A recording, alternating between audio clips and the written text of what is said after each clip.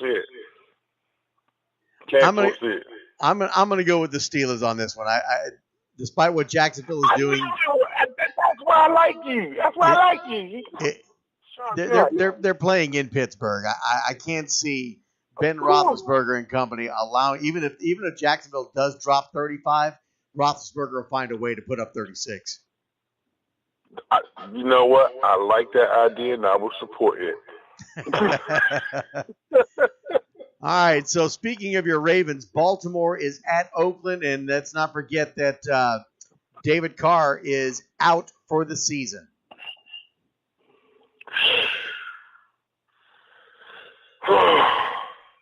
Baltimore just as bad. The offensive line is diminished. Anytime you got offensive linemen that say, "Hey, look, they're gonna retire from playing in the NFL for the Baltimore Ravens to go back to MIT to get his degree in mathematics," something don't add up. Then you got my man Yanders out. They haven't been playing. They have not played inspired football in Baltimore in a while. Even without David Carr, I think it might be the surge that the Raiders need. We're still gonna play Marshawn. Yeah, I'm gonna go with the Raiders. I'm taking the Ravens. I think without every time I want to give you dap, you make me want to punch you in your arm. I can't. Go ahead, man. Now wait a minute. Here's my reason. Without David Carr, and this happened to the Raiders last year when Carr went out injured. Their offense was never the same. They did not perform very well, and they ended up getting knocked out of playoff contention. Right. Well, let me give you a tidbit of info. They lost to the Redskins with David Carr on the field. He hasn't been playing stellar football this year. So no, he hasn't. So maybe some fresh blood, maybe some fresh blood back there, or inspire some type of change. Anything's better than nothing. Yeah, but here's the thing: without David Carr, they've lost that mobility.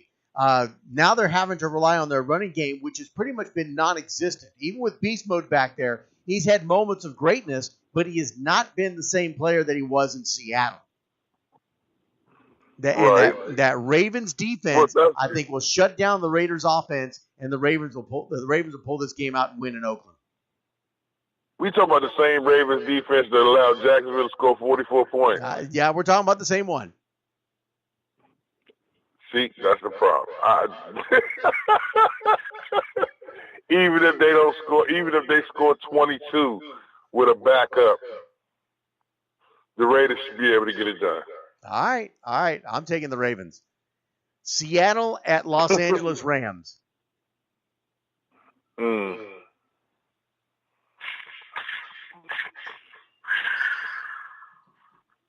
That's tough.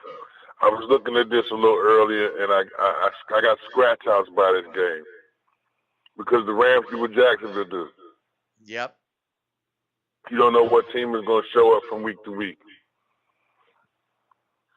That's tough. I'll go with the Seahawks. They just had a nice impressive showing last week. Defense is fairly good. Yeah, let's go with the Seahawks. And here's where we're going to differ. I'm taking the Rams.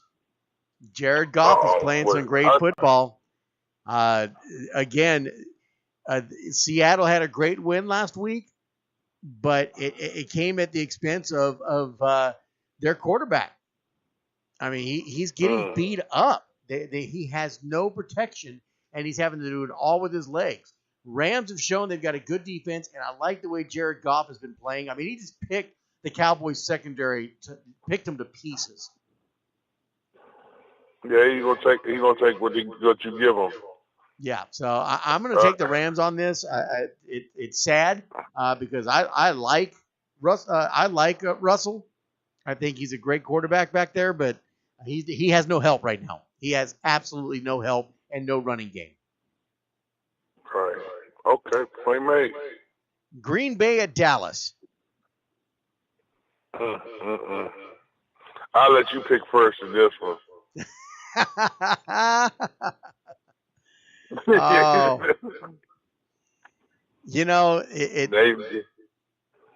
I'm gonna go with Dallas, but again, much like last week, my concern is the secondary. We're talking about Aaron Rodgers. The key to this one is going to be the Dallas defense. They have got to find a way to get in the backfield and disrupt Rodgers. If they can do that, they'll save their secondary and get them on 3 and outs left and right, and keep our offense on the field and score points. Right. If they allow Rodgers to sit back there and look over the field, the Cowboys are in trouble.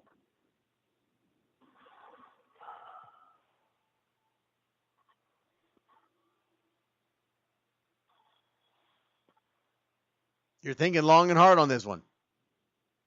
Yes, very much so. It's tough. Oh, man, you're making it rough. Can you referee? Let's come back to this one. I don't want to be stuck right here. All right, Sunday night game. Sunday night game is Kansas City at Houston.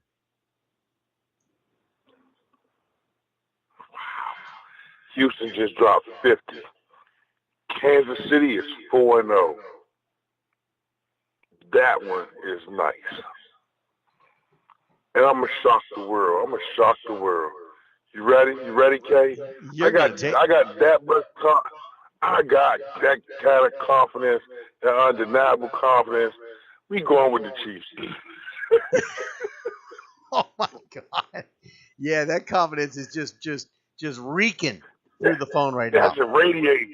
Yeah, I'm taking the way the Chiefs are playing right now. I'm taking the Chiefs. There's no way their defense gives up 57 points.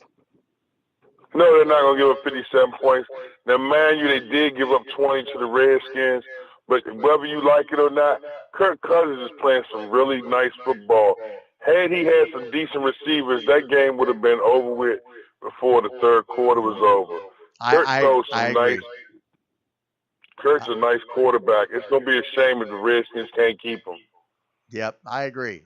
Monday night game, Minnesota at Chicago. That's like bad versus badder.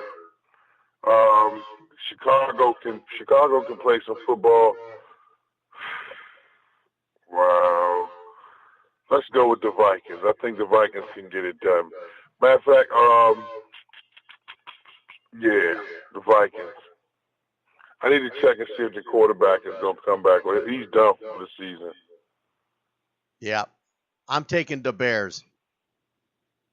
You taking the Bears? I'm taking the Bears. It's in Chicago. Mike Glenn has been playing good football. He's finding a way to win. He's finding a way to win with this team that he's got. Vikings, they didn't show me anything last week. And without Bradford, they're a totally different offensive team. I'm going with the Bears. Okay. Well, we're going to find out. We're going to find out who gets the music next week. Yep. Green Bay and Dallas. You still got to pick one. Green Bay. Oh, he's going to go with the Packers. Yeah.